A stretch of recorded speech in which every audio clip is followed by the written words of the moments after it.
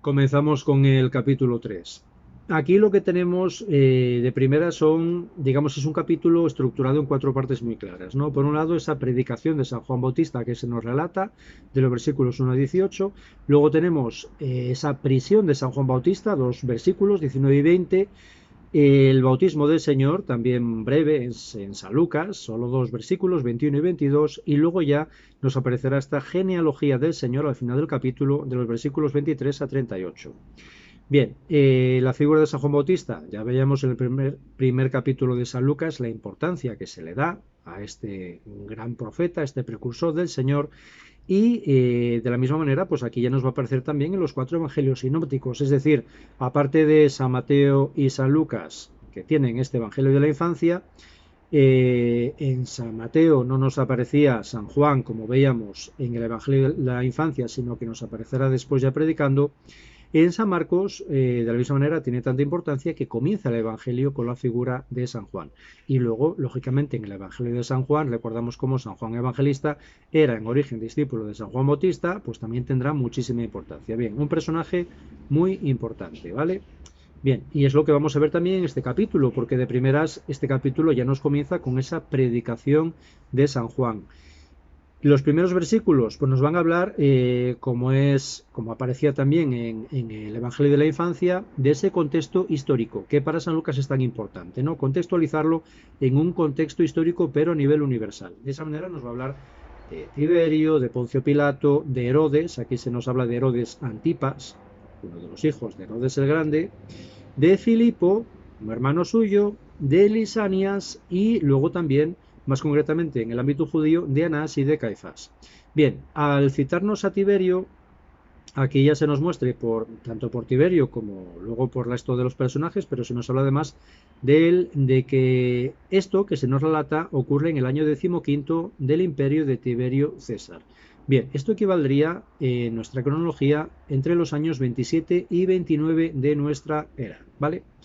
Luego ya todo el desarrollo de esos personajes históricos que decimos y luego se nos habla de Anás y Caifás. Se nos habla de los dos, además se dice bajo el sumo sacerdote Anás y Caifás, porque el que estaba en activo en ese momento era Caifás, ¿vale? Pero Anás, que era su suegro, había sido depuesto por los romanos en el año 15, pero él había tenido muchísimo peso en el ámbito judío, con lo cual seguía manteniendo ese peso. Y de esa manera, por eso, debido a esa enorme influencia que tenía, recordamos luego como la pasión del Señor, el Señor se le presentará a ambos, tanto a Caifás, sumo sacerdote en activo, como a su suegro Anás, porque tenía esa grandísima influencia, ese grandísimo peso en ese ámbito de los saduceos. Bien, pues por eso se nos habla de los dos, por la importancia que tenían ambos, ¿vale?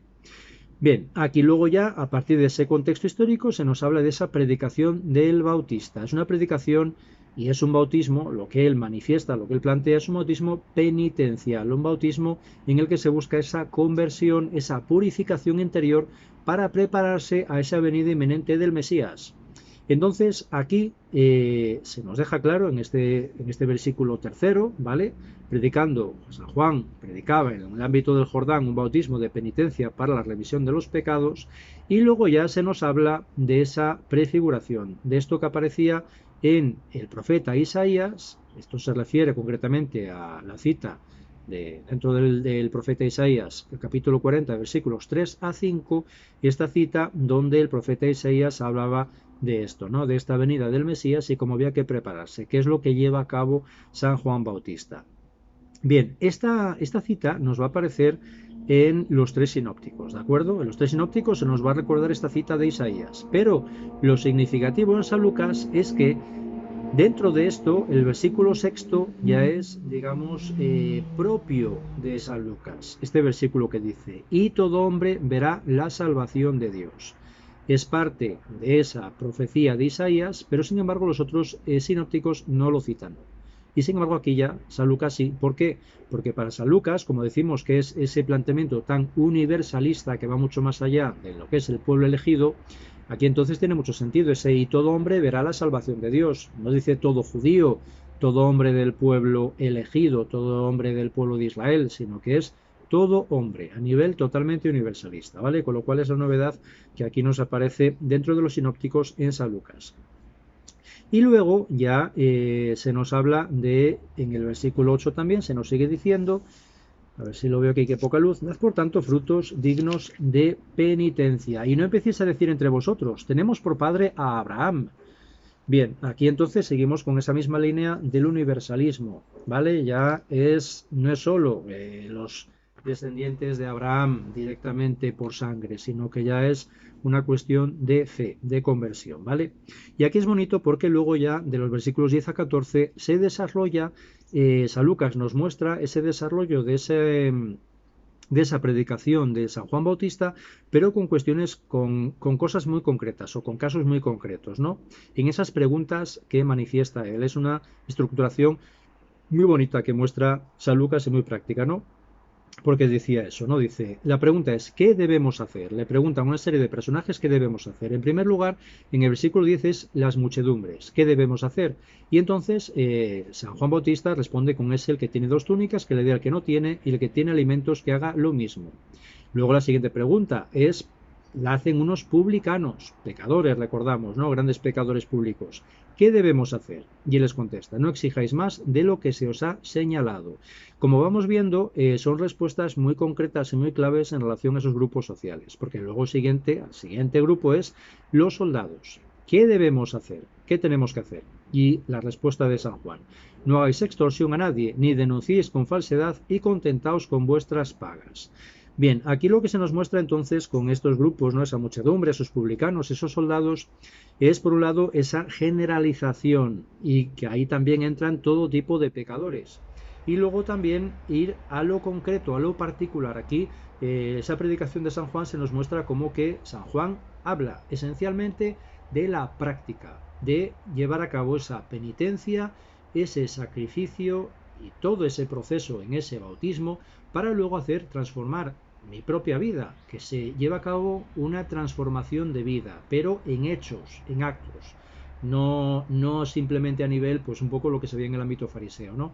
De sacrificios, de llevar a cabo pues esas rutinas, pues cumplir con esas normas, digamos, esa piedad hacia Dios, sino que eso se tiene que manifestar claramente en misericordia hacia los demás. El mensaje de San Juan Bautista, evidentemente, es un claro reflejo de lo que luego va a ser el mensaje del Señor. Pues es esa misericordia hacia los demás, esa relación con el Señor, esa purificación a través del Señor, para luego alcanzar o ser capaces de tener esa misericordia hacia los demás, no esa piedad hacia los demás, no solo hacia Dios. Bien, pues entonces es muy clara esa predicación que nos deja San Lucas de San Juan en relación a todos estos detalles, ¿no? Y luego ya termina diciendo con estas, en el versículo 18, con estas y otras muchas exhortaciones anunciaba al pueblo la buena nueva. Bueno, pues aquí nos muestran unos ejemplos muy claves, muy claros, que nos dan una idea muy evidente de cuál era el mensaje clave de San Juan Bautista, pero luego lógicamente pues toda la amplitud que tendría. Bien, pues ahora después de esto pasaremos a centrarnos ya en la prisión de San Juan Bautista y todo el contexto que rodea a esta situación. Llegamos a la prisión de San Juan Bautista por parte de Herodes. Aquí en San Lucas nos aparece simplemente en dos versículos, 19 y 20. Es mucho más breve de lo que nos aparece luego en San Mateo y en San Marcos, en los otros dos sinópticos. En este caso tenemos esto, simplemente nos relata que le prendía a Herodes, plantea la situación de que Herodías estaba casada con el hermano de Herodes, con Herodes Filipo, este es Herodes Antipas, y entonces, bueno, pues le recrimina por ese adulterio. Y además de adulterio, bueno, pues que era la esposa de su hermano. Y luego el hecho de que debido a esto y a otras, como dice, otras maldades que había cometido Herodes, que también la acusaba de ello, se lo echaban cara, pues le mete en la cárcel. Bien, Mateo y Marcos nos relatan con mucho más desarrollo esta situación y ahí también incluyen este contexto, ¿no? De esa fiesta que da Herodes el Grande y ahí está Herodías y su hija Salomé y al final, bueno, pues eso, Herodes se encandila con Salomé y entonces le plantea que le pida lo que quiera, que le dará incluso la mitad de su reino, ¿no? Y entonces Salomé, preguntando a su madre, al final pues deciden que quieren la cabeza de San Juan Bautista. Bien, aquí no nos aparece este desarrollo, como decimos en San Lucas, es mucho más escueto. Y además otra cosa curiosa también es que aquí nos va a aparecer justamente al comienzo también del Evangelio. Nos va a aparecer este relato de esa prisión. Tampoco ni siquiera San Lucas nos dice que Herodes ejecutará a San Juan, simplemente que le mete en prisión, y ocurre incluso antes del bautismo del Señor. Digamos que él lo cuenta anticipadamente. Sin embargo, recordamos como Mateo y Marcos, es al revés.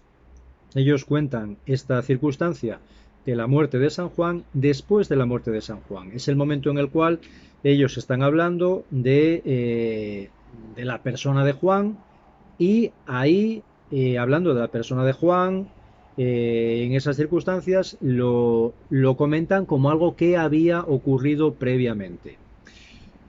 Bien, os cuento también, la situación es, esta Herodías era la esposa de Herodes Filipo, que era hermanastro de Herodes Antipas, pero al mismo tiempo era sobrina de los dos, porque Herodías, el nombre de Herodías venía porque también era de la dinastía herodiana, es decir, era también nieta de Herodes el Grande. Herodes el Grande, que además era su abuelo, el abuelo de Herodías, el que mate a su padre, que era Aristóbulo, porque él por lo menos tenía ese convencimiento de que su hijo Aristóbulo, que quería acabar con él, con lo cual, bueno, pues él le quita de medio. Con lo cual vemos toda esa situación perlocambolesca de esta dinastía herodiana. Que en este caso lo que decimos, ¿no? Pues Herodías ya de por sí estaba casada con un tío suyo que era Herodes de Filipo, y terminará casándose de segundas con un hermanastro suyo que también era tío de ella, que era este Herodes Antipas. Bien, todo esto que tenemos aquí y la importancia de San Juan, porque nos podemos plantear que San Juan Bautista, pues para nosotros los cristianos es muy importante, ¿no? Por la trascendencia que tiene, que es el precursor del Mesías, pues toda la circunstancia, pero sin embargo para los judíos era un personaje importantísimo en aquel momento. Y así se manifiesta, nos lo relata por ejemplo Flavio Josefo. Flavio Josefo, recordamos que era un historiador que era de origen judío, además incluso de estirpe sacerdotal, y luego, por las circunstancias de su vida, al final terminará, digamos, del lado de los romanos, y él ejercerá como historiador para los romanos. Y él nos relata, dentro de todas las circunstancias que nos relata de ese ámbito judío, nos habla también de esta situación de San Juan Bautista. Y es lo que os voy a comentar ahora. Os voy a leer lo que aparece dentro de uno de sus textos, las Antigüedades Judías, y él en este libro habla así de San Juan Bautista. Dice, pero algunos judíos creían que el ejército de Herodes Antipas, fue destruido por Dios, realmente en justo castigo de Dios para vengar lo que él había hecho a Juan, llamado el Bautista. Es decir, este Flavio Josefo nos relata cómo para los judíos había sido tan grave ese crimen hacia ese hombre tan especial, ese gran profeta, como le veían a él, que era San Juan Bautista, que debido a ello Herodes Antipas, vamos a seguir leyendo y lo vamos a ver, esa batalla que tiene, que él caerá derrotado. Bien, pues ellos lo ven como un castigo divino en consecuencia de esa situación, dice. Sigue comentando él. Porque Herodes lo mató, aunque Juan era un hombre bueno, y simplemente invitaba a los judíos a participar del bautismo, con tal de que estuviesen cultivando la virtud y practicando la justicia entre ellos y la piedad con respeto a Dios. Claramente, pues esto que escuchábamos, que leíamos, ¿no? Que iba predicando San Juan Bautista. Pues solo así, en opinión de Juan, el bautismo que él administraba sería realmente aceptable para Dios. Y sigue diciendo. Y cuando los otros, esto es, los judíos corrientes, se reunieron en torno a Juan, como su excitación llegaba al punto de la fiebre al escuchar sus palabras, Herodes empezó a temer que la gran capacidad de Juan para persuadir a la gente podría conducir a algún tipo de revuelta, ya que ellos parecían susceptibles de hacer cualquier cosa que él aconsejase. Flavio Josefo lo centra más en la cuestión más política. No nos entra en ese detalle del adulterio que tenía con Herodías, como nos relatan los evangelistas. Sin embargo, él también en otro momento de este libro, de las Antigüedades Judías, también nos comenta esa situación, que precisamente esa situación de esa relación de adulterio con la esposa de su hermano es la que también, debido a ello, llevará las consecuencias de esa derrota que ellos veían también como un castigo divino. De esa manera sigue diciendo luego. Entre Aretas, rey de Petra, y Herodes Antipas hubo un conflicto por el siguiente motivo. Herodes el tetrarca, Herodes Antipas, se había casado con la hija del rey Aretas y llevaba ya mucho tiempo viviendo con ella. Había ahí una alianza también entre el rey de Petra, Aretas, y Herodes Antipas. Pues bien, en el momento en que se preparaba a partir para Roma, acudió a casa de Herodes Filipo, su hermano, que era hermano suyo nacido de otra madre, Mariamne, la hija del sumo sacerdote Simón. Allí se enamoró de Herodías, mujer de ese hermanastro, y tuvo el atrevimiento de hablarle de matrimonio. Aquí es donde empieza esa situación. Ella era, por cierto, hija de Aristóbulo, que era, como decíamos, hermano de Herodes Antipas, hermanastro, y también hermanastro de Herodes Filipo, y tenía Herodías como hermano a Agripa el Grande. Herodías aceptó la propuesta y decidieron que ella iría a vivir en su casa cuando él regresara de Roma. Su contrato mencionaba también que le repudiaría a la hija de Aretas, el rey de Petra. Una vez concluida esta promesa, zarpó para Roma. Bien, pues entonces esta situación es la que provocará que el rey Aretas entre en guerra con Herodes Antipas. Y ahí se producirá una derrota para Herodes Antipas. Y esto es lo que los judíos verán como ese castigo divino.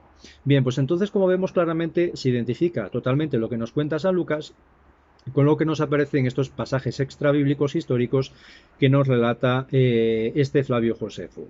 Luego, concretamente, nos relata también Flavio Josefo como luego la prisión estará en Maqueronte, que era una fortaleza que tenían la dinastía herodiana. Concretamente aquí pues estaba Herodes Antipas en esta fortaleza, y estaba muy cerquita del Mar Muerto, ya en la zona de lo que es la actual Jordania, al otro lado del Mar Muerto. Estaba a un lado Jerusalén, Mar Muerto, y al otro lado estaba Maqueronte. Bien, pues en esta fortaleza, que dentro de ella había un palacio donde residía también Herodes Antipas, es en esa fortaleza donde encerrará a San Juan Bautista. También tiene mucho sentido porque precisamente San Juan Bautista, recordamos cómo bautizaba, nos lo cuenta San Lucas también, en la zona del Jordán, y esto está justamente pues muy cerquita de la desembocadura del Jordán donde bautizaba San Juan Bautista. Bien, pues será ahí donde caiga en prisión y luego finalmente donde también sea ejecutado.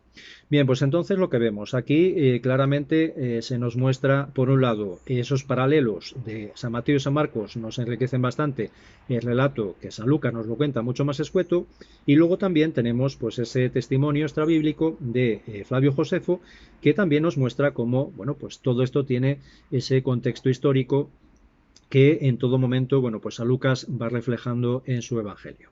Bien, lo dejamos aquí y ya en el siguiente vídeo pasamos ya al bautismo del Señor.